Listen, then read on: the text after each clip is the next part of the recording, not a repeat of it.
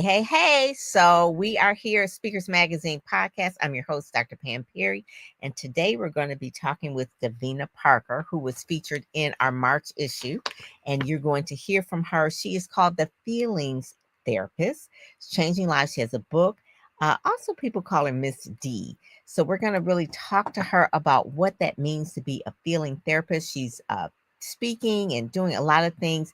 This is one of those shows where you would say across the nation, I think a lot of people are in high anxiety and probably having a lot of mental, I guess you would say a lot of mental challenges. That's what I would say, a lot of mental challenges. So, what we're going to be doing is we're going to be talking with Miss D about that. And then, really, to see how basically what it is that we can help with marriage, family, and that whole therapy in that right there. So, right after this, I'll bring up Miss D.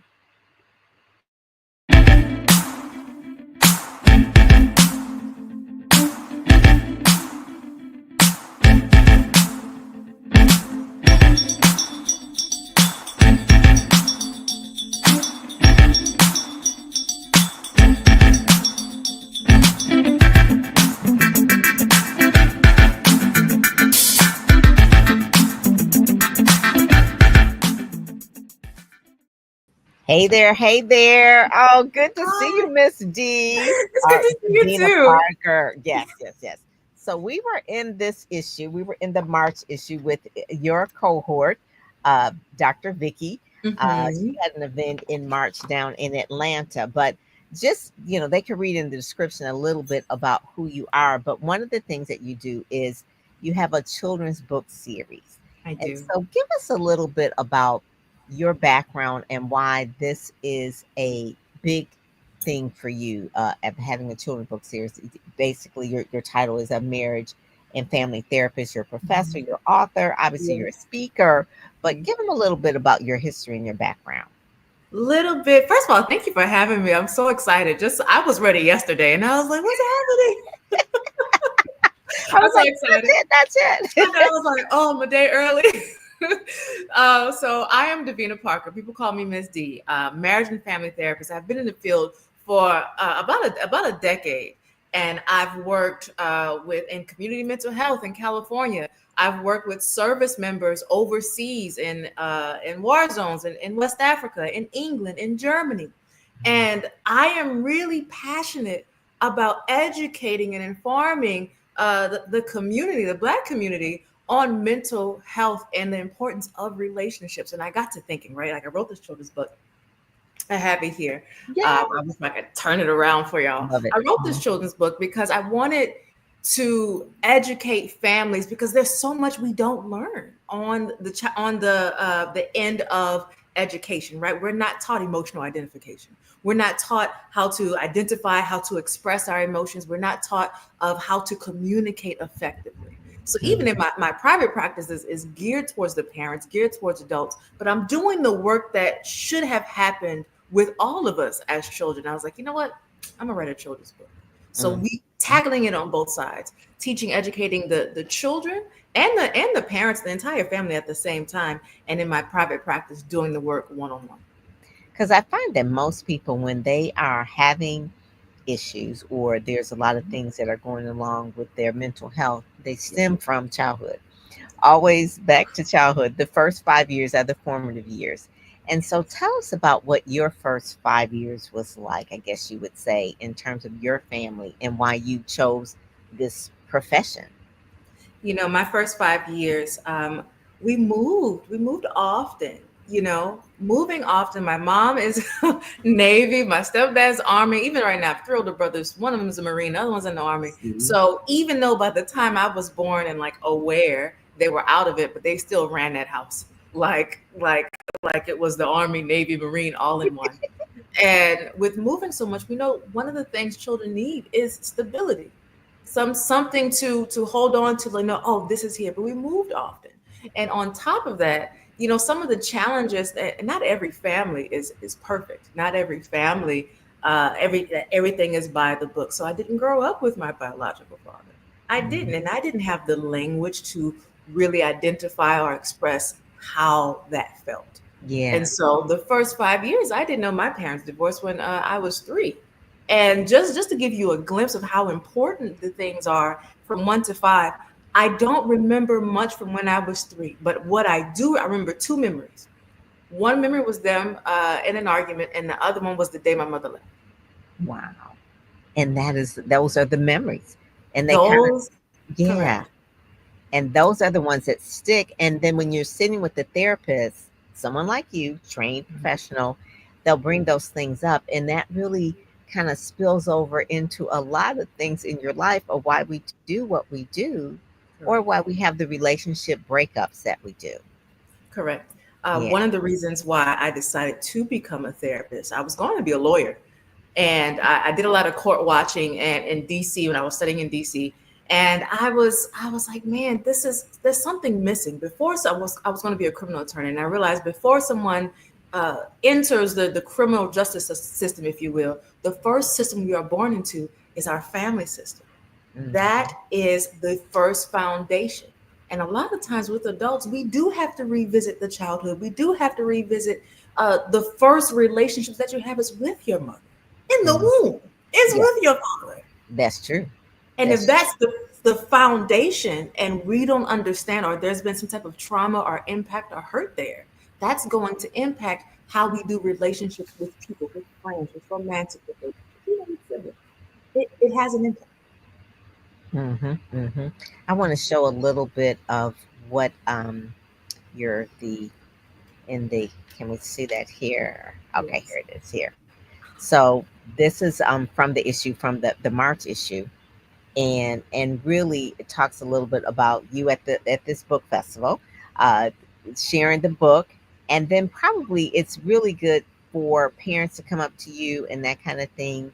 You Mhm. have a YouTube channel, talk about that, but really a lot of the things that you do, I'm gonna stop sharing, has to do with the faith base. So kind of give us a little bit about that because this is a thing, and you probably heard all the time that you don't need therapy, you just need a lot of prayer, you just need to know Jesus, you just that in the church, because they don't believe that you should have outside therapy because it's just like it's you should just be able to pray it away, but your uh, practice combines both. And Yes. kind of tell us a little bit about that because when you meet people, I guess you'll say your target audience at the book fairs and things like that, or when you're speaking in speaking engagements, what it is that you're hearing that made you say, you know what, I'm going to be unapologetic about my faith and provide that in the practice. I'm big on wholeness. And my mother's a pastor. Most of the women on my mother's side are ministers or pastors. And I grew up in that atmosphere. And to live a life incongruent with who I am, that's what I wanted. And I noticed that being a part of the Christian faith, I was like, oh, you don't need a therapist. You just go to church. You don't need a therapist. When in scripture it talks about seeking wise counsel, Yes. and how that is important, and I say we care so much about our cars, for example, we care so much for our cars. We go in and get the maintenance check. We don't do it ourselves. Some of you may be really good hands on, but for the others we need a professional to look at it, and we Right. take it in and be careful. We make sure we take it somewhere to get the gas station. We take it to the gas station for gas. We make sure we take it to the maintenance man at the car dealership. But then when it comes down to our own emotional and mental health, we don't take it anywhere. Mm. We don't take it anywhere. And even when we are going into church for sermons, it's one-sided. The pastor's pouring into us, right? And sometimes we need a back and forth. We need someone to Yes. really hear specifically what's going on. Yeah. What's the pattern? What happened in the beginning? Hmm. So we need help. We have blind spots, and I wanted to incorporate faith so that people, you don't have to compromise your faith in order to work on your mental and emotional health. That is so good. And that's really where you talk about being the feelings therapist because you're helping people process their feelings. When Correct. you are the first 5 years of your life, you may not even have the language to process your feelings. So, Mhm. how can you do that? And that's where you have the family marriage therapist that works with the entire family and the wholeness. Like you said, that's like the main thing for you is having the wholeness. But something you said that was real interesting, and we talked about it before, is that when a child they crave stability, and when you have people who are in the military, they move a lot, and that will just affect a lot of your stability. And it may even affect how you connect with people, because it's like I may connect with them, but then I may be moving in a few years. I had a best friend 2 years ago, and I don't even know where they are now. I don't want to have another best friend because I don't know where they'll be. So those are the kind of feelings that a child may worry about, but they may not have the language for it. So, what is it that I guess you would say is some of the brightest spots that you've seen with some of your clients that have come out of the shell, so to speak, or have overcome some of the things that they were struggling with, and now that they came to Miss D, that that we can say that, oh my God, this was some of the things that they needed. I think about one in particular, and even just closer to home, my niece, right? Because I mentioned like my brother, Mhm. who's in the army, Sergeant Parker. I love you. Shout out to you. My Mhm. niece, they move on average. You have a military child that moves once every 2 years, Wow. 2 to 3 years. I remember having someone coming to one of the book festivals, and she was military, and she said, "Do you know how many times I moved as a child?" I said, "How many?" She said, 15. Wow, that's like 15. every year, just about. Just You know. about, just about. And so when I'm working in, and even talking to my niece, one of the things that she said was, well, I don't really have close friends because I'm going to move anyway, so why have Mhm. close friends? Yep. Yep. It was so heartbreaking, and I had to, talking with my family is, we talk and we have a good conversation. One of the things that we talked about was, uh, is there somebody that she can maintain contact with, no matter what, no matter where she moves to, so that that connection is not cut. Yes. And we recognize, well, she does. And she mentioned it. She's like, oh yeah, my friend Ivy. I'm like, yes. And for years, been connected for years. And so Mhm. when I'm working with little ones, even when I'm working with the parents, I remind them like, hey, you know how we have play dates and stuff? You can do that even if you move. Do a video call. Yes. Financially, if you have it, fly there. They did that. Her and her friend, parents, they orchestrated, they were able to fly and see each other. That is So that had to be it such was, a big relief. Yes. yes, Yes. yes. Because then And you don't feel abandoned, or feel forgotten, yeah. or feel like, you know, this is something with and my daughter. We she moved, I think, second or third grade, and so her friends that were her best friends when she was in third grade. When she moved, she found new friends. But then one birthday, I said I'm going to bring them back together. Well, she brought it back together, and I don't know how this story would play out for her years later, because she's about Mhm. 30. But the little girl got with her, and she said, Ari was like, "I'm so glad to see you." Da da da, this and that. And the little girl says, "You don't have new friends." I was like, "This is not going well." I was I like, was that's like, not how I planned it, little and yeah, girl. but the thing of it is she had such in her imagination that this was her best friend for life, and she really does have new best friends now. But this little girl told her, he says, "You don't have new friends." And I think it just snapped on her like, oh, like I need to get on with my life. And I don't know, to this day. I mean, she has good relationships. She has friends since high school. She's been out of college for years. But I remember in the third grade, that little girl said to her, she says, "You don't have new friends." I was like, okay. Kids are Um, very blunt. yeah, and I thought about it. I said, well, she needs to say that because she was always romanticizing the other school, what they were doing. What she was just Mhm. romanticizing it. And I said to myself, you need to sit with these folks and just, I thought to myself, this is good, because you were always romanticizing just how wonderful they are missing you. And they may not be. They're in the third grade and they have new friends. So it wasn't a therapy, but but I think it cured her from that point, that romanticizing that, they're missing me and I'm missing them. And Mhm. no, that life goes on. And I love that. I love that you brought that up because what you're saying is that how we can get so stuck in the past that we're no longer present. Like you yeah, said, we're romanticizing and constantly thinking about where we were. And I'm not saying that you can't miss it, but even in the children's book that I wrote, Miss D, which is her feelings therapist, Miss D and her parents are not only saying, hey, there are some things you can take with you. And I want to remind you that there are other things where we're going. Mhm. And that if you stay stuck, and this happens all the time, if you stay stuck back here, you're going to miss what's happening in front of you. Yes. Yeah, And there that is happen- so good. And you need someone to guide you through Mhm. that and really understand uh, that. And so being a license, it's a licensed MFT. How many Mhm. schoolings? So you said you were going to go to law school. So law school was like, okay, you got to go to undergrad, then you got to go 3, 4 more years. So how long is the process, I guess, to be a licensed marriage family therapist? Like you do Ooh. internships and you know, Yes. yeah, okay. Yes, it was such a long time. So first you have 4 years of undergrad. And then you have 3 years of grad school. Your last year of grad school, you do something called practicum, where Okay. you're actively seeing clients. You have a supervisor, there's someone there. Then you need a certain amount of hours there. I think for us it was like 500, 250 to 500. Then you graduate. Then you become an intern, and Ooh, the intern now you have to get 3,000 supervised hours. what? 3,000. And that takes about 2 to 3 years, depending on, they always encourage you get in while you're young because you have the energy to see a whole lot of Ri people. and are you Um, paid during this time, Miss D? Practicum, you are not paid. Oh my god.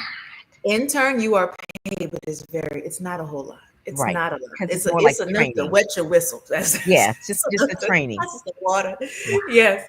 And then that takes 2 to 3 years. So you have 4 years of undergrad, 5, 6, and then 3 years of grad school. So now we're at 7 years. And then it's going to take you 2 to 3 years to get licensed.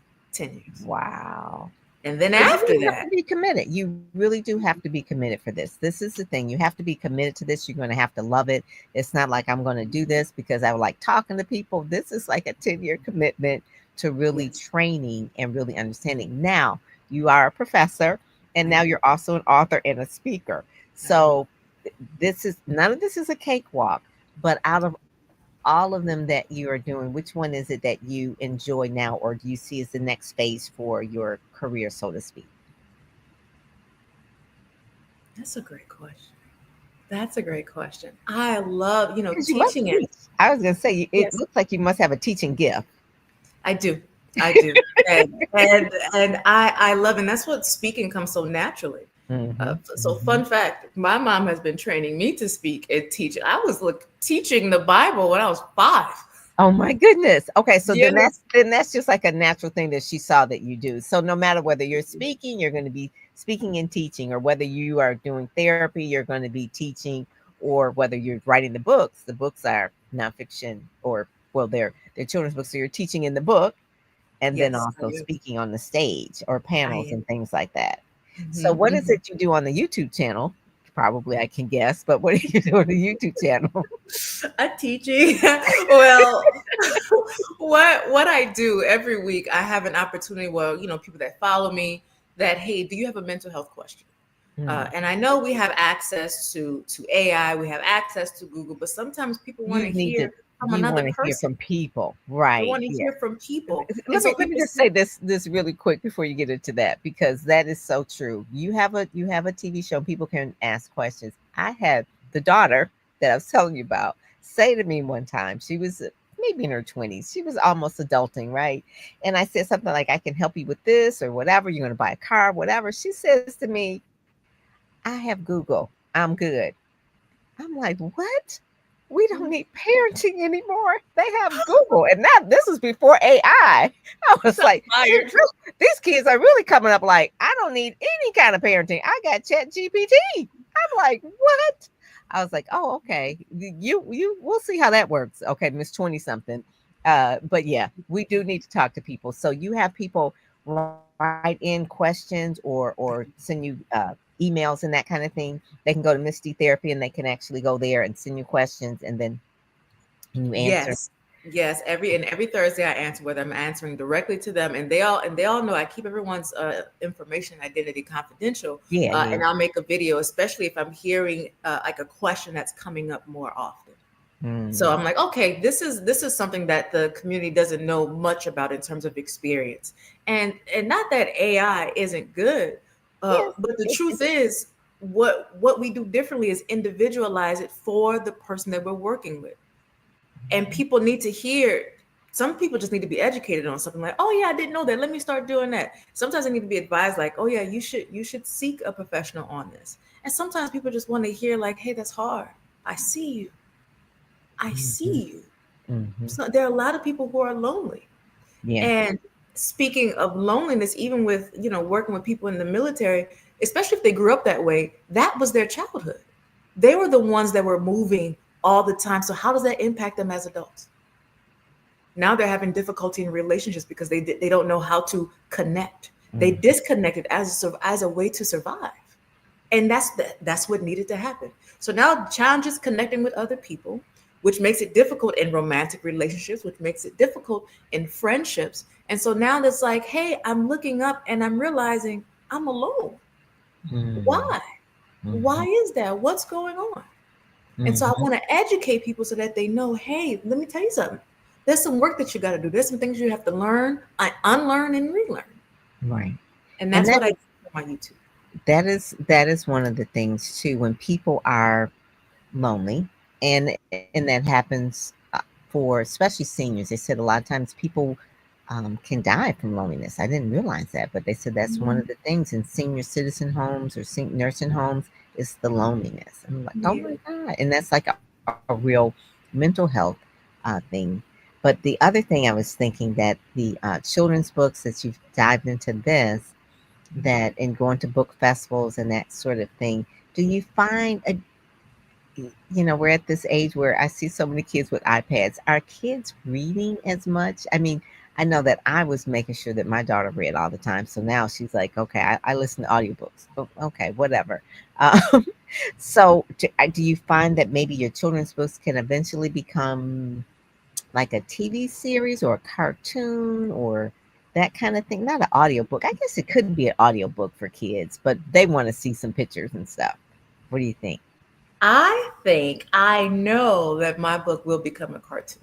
Yes, yes. That That would that be is the good. ultimate goal. That's the ultimate Yeah. goal. There's a percentage of parents that still purchase, the tangible books because they want Mhm. to give their children the screen Right. time, a break from screen time, right? Yeah. And then that's not everyone though. And also, if we're going to watch TV, can we learn at the same time? Yes. Can we learn what are emotions and how to express it and Mhm. what it looks like for a family to come together and work together as one, while also Mhm. showing representation of the Black community? Yes, And yes. it's like that is the goal. Yes, And yes. that will happen. That's like, oh, Yeah. we'll see. No, no, no. That will happen. That's what I kinda see for that, because so many children do learn from cartoons. I mean, I grew up watching things like Fat Albert or whatever. That, I mean, I guess it was kind of educational in a way, but really I was just so glad to see Black people on TV. So, but if we had someone like um, the feeling therapist, those series of books turned into cartoons that will be make what we call emotionally intelligent children. Yes. Hmm. Um, we didn't know, right? Like we didn't know growing up. And I truly believe that not everyone is going to go through 10 years of education to learn this information. And I don't like that it's gatekeeped, and like and how much debt that you have to go into Ooh, to learn this information. It's a lot. And so I take the time to educate people in the community, whether I'm doing marriage classes or whether I'm, part of like the singles ministry at church, in using cartoons, like, hey, I want to educate the community on identifying, oh, these are feelings, these are emotions. And mm, this is because if you don't know how to identify or control what you're feeling, how is that going to impact us as adults? yeah. How's that going to impact us as people are attempting to walk in their purpose and do life with other people? Hmm. So yes, Hmm. cartoon it will definitely I happen. see that. I see that. That is one of the things that will be the next phase of that, because there is a lot of and then obviously out of cartoons there's the whole, I guess you would say, the products that go along with it, the coloring books, and then you got the mugs, you got the umbrellas, the whole Disney thing. Okay, so the Mhm. whole Disney thing. Maybe we could talk to Disney, and you could have Disney like just be the one that just kind of like help propels it out. I mean, because they're good at doing all that kind of stuff. But They are Disney. If you, I know you're watching at some point. I don't know if you're watching right now. If you're watching sometime in the future, but whenever you watch this, you should give me a call. Miss D Therapy, you see that? Just yes, email me. I'm gonna yes, call y'all too. yes. The book is cute too. If you could show a couple of the pages too, because the Absolutely. characters are really, really good. And that was another thing because not only did you have to write it, but you had to find the process of how to publish it. And it's Yes. not the same as a nonfiction book, not knocking against just straight nonfiction books, because basically you just have a designer, you have an editor, da, da, da. But with a children's book, you need an illustrator. So Mhm. let's give a shout out to your illustrator. Who was that? The How'd you find that? illustrator, Whimsical Designs by CJ. We Okay. worked such a long time, and this was during COVID. This was during Okay. COVID, so people, we were all stressed out. Me too. We were all Yeah. stressed out, Yeah. trying to meet deadlines, and so much happening around us. So it took a lot of work, especially making sure the skin tones showed up Yes. on paper so that you can see the facial features. And I'll Mm-hmm. show you. So this is like just an image of the family. And Let's see. Let's see again. every Ah, time I'm at the book festival, I want to I show love the that. food of the book. Yes. Yeah, I can see that as a cartoon. I want to hear them talk. Okay, so now we got to have auditions for who these voices are going to be. Yes. And what's And her name? She's the main This is character. Victoria. This is Victoria. Victoria, the Okay, so main character. okay, so she's kind of like who was that? That Kyla Pratt was Penny Proud. I can't remember. Was that Kyla Pratt? Yeah. She can never that be Penny Proud, right? So she's gonna be always Penny Proud by that voice. But those are the things that I see in Yeah. the future for you. Yes. Oh my There God, we that go. There is we go. cute. This is See, the exact same dress I have on right now. yes, yes. And a lot of the people who do children's books, basically, they are sketching it out of the life of their Hmm. own and then projecting it, in a children's way. And that is just perfect. I wish more uh, family life therapists would do what you're doing, because it's one thing to do the therapy, but then you're also teaching it and making it so that it's easy for people to want to go to a therapist, first of all, and to know that it's okay if you have these feelings and you can't process them and that kind of thing. Oh, that's so good. She said congratulations. That's one of Oh, your thank awards. you. Yes, yes. Dr. Rocker, she said congratulations, because that is Thank it's you a so big much. deal. Going It through COVID, is. writing a book, writing a children's book, you've never written one before, and then you've got to get the right characters and that kind of thing. So thank you, Dr. Rucker. She's written a lot of books, so she knows that Oh, it's like birthing yeah. a baby. You It's like know, birthing she a knows. baby. And I crafted the dad in the book is my brother. So Ah, I okay. use the picture of him to really show like this is a real this is a family. This Mhm, is created around a real person. And I mhm, wanted people to be able to see themselves and connect, mhm. because we all have our challenges. We're not perfect. And Yeah, even like thinking about like a movie, a quote that I often go to is like, "This is my family. Like it's broken, but it's still good." it's still That's good. from Lilo and Stitch. Oh, okay. Yeah. It, It's still good, and you don't it may have to be be drama, but the drama is just part of that, and we just work through it. we And do. that's one of the things. There was a in the family, it's a microcosm on how we're dealing with the rest of the world. That's all it is. So It how you're is. dealing with your family is probably how you're going to be dealing with people in school, dealing with people at work, dealing with Yes. people at church. I mean, so it is where you have to learn how to, uh, you have to, yeah, she says we all have challenges. You have to learn how to overcome those challenges within the family, then go out and then actually practice it in the real world. Hmm. But you, This is where we practice it, and that's yeah. why we start with the family. That is so good. Well, thank you so much, Miss D Therapy. They can go there. They can find out about your YouTube channel. They They can get can. They books. can. They can book. Do you do sessions that are virtual? I guess you would say that's probably normal now.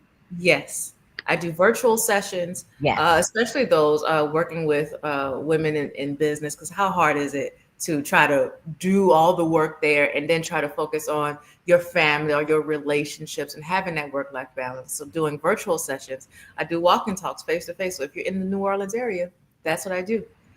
Licensed in Louisiana and California, and I do life coaching. So Oh, good, good. yeah, That is really, really good because I I have. think because the era of COVID, it's very normal now for people to do any kind of telehealth, I guess you would say, or counseling and that sort of thing. So you don't have to be in the same city, but if you are, you can do that as well. And then also too, you don't really say that you're a Christian family life, um, family life. I can't get the family marriage and therapy marriage and family therapist, but when people come to you, they know that you are. And so They that's do. They know. yeah. And if there are people that's just like, I don't want to talk about faith. Okay. You have that choice and it looks different for everybody, but I'm very Mm, clear and transparent on who I am, what I do, and what mm. I'm going to I love that. I love that. And do. so people can go there and they can subscribe to your YouTube channel every Thursday. They can submit questions and that sort of thing. So I just Correct. thank you for, and then they can read more about you in the Speakers Magazine in the March issue as well. That was really, really good as well because we tried to put all the information in there, but really it just talks about a lot of the things that you continue through the therapy, the education, and the Mhm. storytelling, which is why you're Yes. good at speaking. So, yeah, so thank you so much for joining us today on Speakers Thank Magazine you. Show, and I will see you in Ready, Set, Go Speak. All right, take care. Bye.